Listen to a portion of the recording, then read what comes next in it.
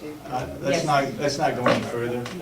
You're I correct. have to, as a, I mean, I was at last week's meeting, I don't remember. No, it was You're not. correct. And I it know was what you're not, gonna say, yes. and it was not a vote taken, it was an agreement after everybody had left.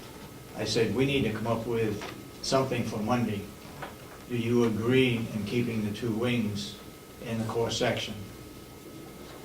Just an agreement, that's all it was, there was nothing in public, so I can't go back and look at minutes and say, this is the way she voted. It was two that heard her say what she said, but anyway. Yes, ma'am. When you tested for asbestos, that was in the roof, and you found there wasn't any. Right, Now, is there gonna be asbestos in the floor tiles and rehabbing that's gonna cost more? Have we checked that yet? no, that And why could be a not? possibility, that was, Bob, do you know whether there actually is or isn't asbestos in the floor tile? Well, visually, my experience tells me, yes, the floor tiles are asbestos, and there's asbestos wrapping on the pipe insulation. But it hasn't been tested to be verified by an agency. That'll certainly have to be done So- before. So looking at rehabbing this, it's gonna cost how many thousands more to get rid of the asbestos? And how much more are we gonna put on the taxpayers' back for this? Good question. Mm. The thing that we looked at was the roof to find out whether there's asbestos in that. The demolishing company said that we need to check that out first to see whether there is or not, because that was gonna cost us an additional $14,000. Whether that is torn down would cost us more money, we'll have to test that tile as well. If we rehabbed it, whether the state or whoever would let us retile it to cover it up is also a question. It's a question. So, Yes, whether you rehab the building or tear it down, if asbestos is present. gonna cost you money. Dealing with asbestos. it's gonna cost us money. It'll cost you money either way. When we did a municipal building in Effingham, they had the same tile problem floor, and the state says you can encapsulate the floor. In other words, the kind of asbestos is in the floor tile that they allow you, well, at least in that municipal building, the state says you can tile over it, and that's called encapsulating. Anything exposed as insulation on pipes, you have to deal with. But whether you're rehabbing or tearing down, you're gonna have that cost to deal with asbestos. So, with the premise that we're gonna save two wings, when are we gonna start testing so we can tell the taxpayers it's gonna cost us even more? We'll have the company check the tile. I'll call them again. Go And ahead. this is a new topic. One of the things that came up, it's in the minutes, that they were talking about the ballooning of the budgets and the county budget hasn't gone up for this many years and stuff, and I've been at budget processes for about the last 5 cycles. I'm going to say, starting 3 cycles ago, every single time the delegation is responsible for how much money finally gets appropriated, sat back and they took out of the budget line, they took out medical insurance, they just say take it right off the top when they start talking about increases. And my question is that when you look at, when people start saying this, is that over the last X number of years, the county budget has gone up this amount. If you take out medical insurance out of that, the amount that has gone up, has gone through the delegation, and that's been a fairly minimal increase. You know, the major increases in the cost of county government have been healthcare. Go ahead. Health insurance, rather, not healthcare, health insurance.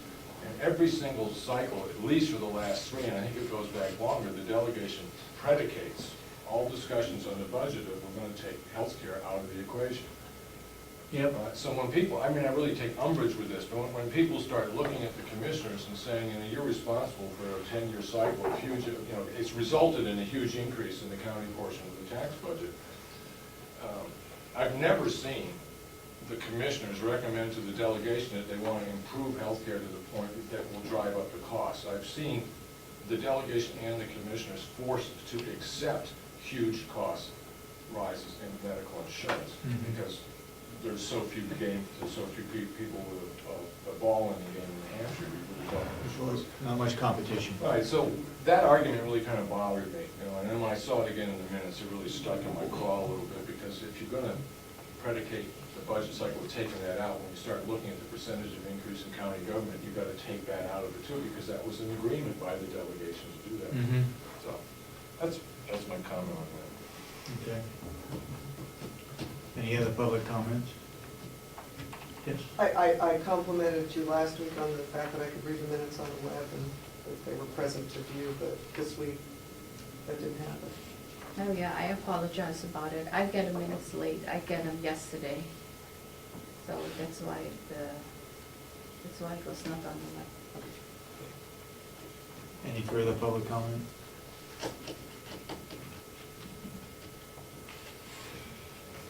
Okay, hearing none, then we'll go into regular session, and we need like 3 or 4 non-public minutes to approve, plus probably 2 regular commission meetings to approve. One regular one, yes. One? Yeah, one. That is from last week. June 22nd? Yeah, only once. So I make a motion to approve the commissioners meeting. Can I adjourn? Well, Sorry, go ahead. go ahead, go ahead. Oh, Go ahead, make your motion. okay. I make a motion to approve the minutes of June 22nd, 2011. I'll second it for discussion, go All ahead. right, yeah, I'm just, I'd just like to make just a couple of corrections, but more to the point, on page 1 of the minutes, there's a whole conversation about the timing of this meeting or further meetings. And it doesn't, the actual motion to make it start at 9:15 doesn't come until several pages later, so I just want to alert people to that and understanding that. And just a couple of things, I'm not sure about the spelling of Mr.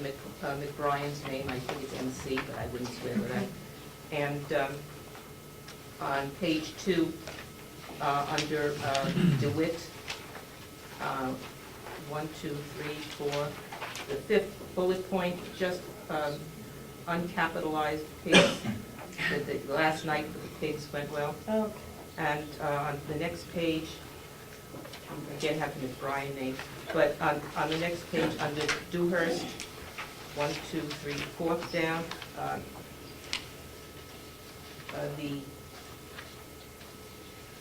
the committee should be lowercase, the committee. And I think that was it.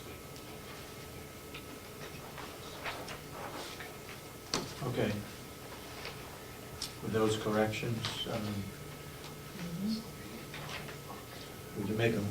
would you restate, I'll take my second back, would you restate your motion Okay. that we make, approve the minutes as corrected? Yeah, I make a motion to approve the minutes of June 22nd, 2011 as corrected. I'll second that. One other little correction, my name is spelled wrong. Again? It's spelled right one place and spelled wrong the other place. I know. I don't want to make a big deal out of it. I understand. I do. All those in support of approving June 22nd Commissioners' meeting, say aye. Aye. Aye, so voted. Yeah, going to the non-public now.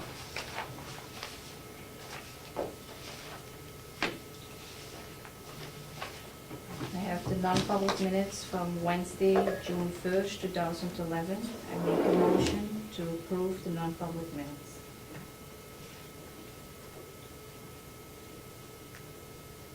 I have not had a chance to read Go ahead, those. Maya. When were they available? She gave it last week. She gave it last week, Wednesday at 8:15. So I didn't have a chance to read it, I just read it. So we're going to table this? Let's table those minutes to the end of the meeting, so Okay, we don't hold everybody up, okay. okay? Take a break sometime.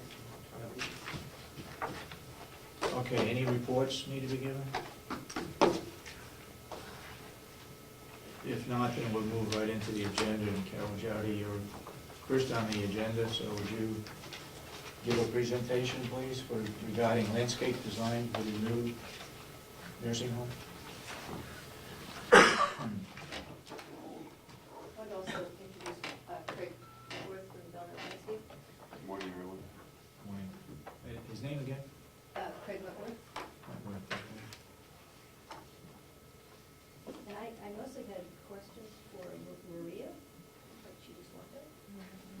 I'm Maria. Oh, you're Maria, okay,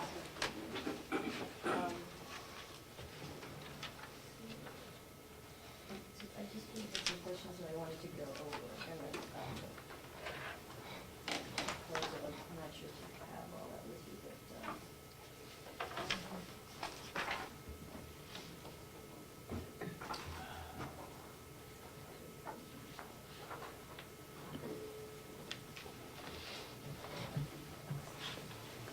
thanks. But I did speak with Chris Cass about some of these questions, and he thought that it was a Maria issue, the first question, about roadways and parking drainage. My question is it possible to be able to grade so that some of that with open curbs, so that some of that stormwater would be able to feed beds? We would really need to review this with the civil engineer because we have a whole approved stormwater plan that's been approved by the state at this Right. point. So I don't know what the procedure is on how much they may let you differ from that plan to do some of these things. You've seen the drainage plan, I Mhm. think. So I don't know that possibility. You would have to look into that. Okay, just a thought about sharing it. I mean, obviously, it's all rated to go to the stormwater Sure. catchment basins. Sure, yeah, we have to keep it all on site, Right. and we've had to work really hard to, we've had to use some land across the road down here to make all the stormwater work, so I don't know. It Okay. would have to be a question for the civil engineer. Is that something you would take care of, asking? Yeah, certainly, I would need a little more detail on what you want to do or what you'd like to achieve, but I think, we could then go to the civil engineer. Okay. I think what we were just a little concerned about, irrigation, and if we could be able to use some of our water that's on the site and be able to direct it from the parking, at least into those areas, and we can have. Yeah, I'd be a minimize- little bit concerned of, in very large rains and things like that, what would end up happening to planting beds or anything that you were trying to direct this water to.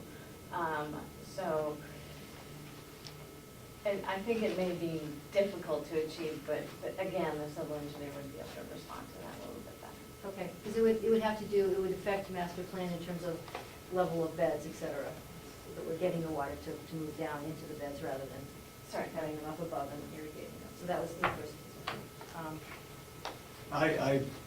My comment would be, I personally feel that if the drainage is there and it's already going into our present drainage plan system, and we shouldn't divert it into beds, because if we have a tremendous rain, it may cause other problems going into the beds. I think we need to plan on irrigation coming out of the faucet versus irrigation coming from water runoff, either from roofs or parking areas. Right, I mean, it would definitely have to be engineered to work for stormwater to run through an open curb to the beds. And we have less control over it, certainly. Right. Yeah, I think it doesn't hurt to ask the question. It would be great if we could use rainwater, as part of our, irrigation other than just the rain. Only because that gets us away from regular irrigation. So, it doesn't hurt to ask the question. Okay. I'm a little concerned as to whether or not, without a fair amount of work, it would be able to happen, but it doesn't hurt to ask the question, certainly. Okay, all right, go ahead. Great, thank you. One of the things that Chris Cass asked me about was the garden paths in the neighborhood gardens. So I wasn't sure if that was the responsibility of Bonnet Page and Stone or of Landscape. What did Chris say? He seemed to think it was his responsibility. Those, It was whose? That it was his responsibility. So, but that's what we're gonna talk about after this meeting. Oh, okay. I mean, certainly those are part of their contract, and, we have shown something in the plan right now, and if that changes,